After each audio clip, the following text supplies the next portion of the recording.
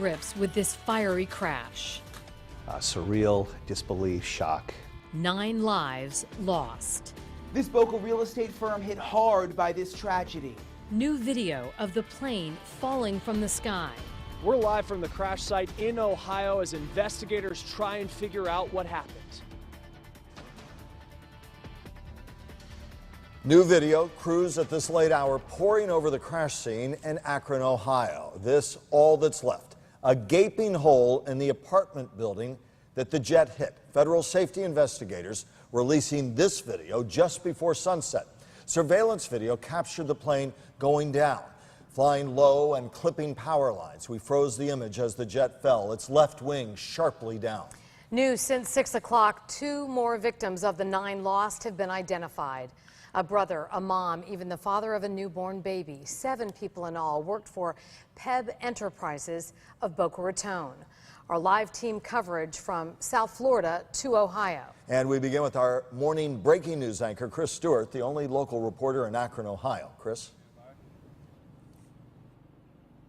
And tomorrow will be the first full day where National Transportation Safety Board investigators will be here trying to piece together what led up to this crash here in Akron. The airport this plane was headed to only a couple of miles from where we're standing right now in this neighborhood. The crash site is just about 100 yards forward. If you look forward right there, those vehicles you see on the top of that hill, that is the crash site.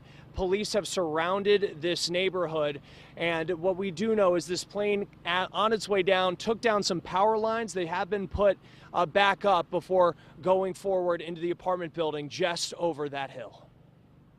NTSB pictures show what's left of the Ohio apartment building the plane hit. Now just a pile of debris mixed with the twisted metal of the downed jet. This is where the heart of the NTSB's investigation will take place. ROBERTA Porter saw it all happen. I knew nobody was going to walk away from that. Investigators will sift through this rubble looking for things like the plane's voice recorder. What was said before the crash could be a big clue in figuring out what happened. Just the explosion of the hit, and it was just boom, and then everything was inflamed in smoke. The NTSB says the captain never made a mayday call before the impact that sent people running out of their homes. It was so loud, and then the explosion afterwards, it was like a grinding metal sound. It was really, yeah, it was scary. No one was inside the apartment building when the plane hit, and here on the ground there are no injuries. It's just horrendous. I don't know what else to say.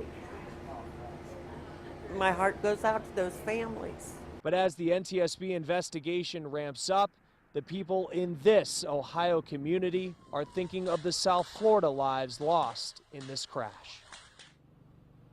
And federal investigators say that they could be here in Akron on site through at least the weekend, looking through this crash site.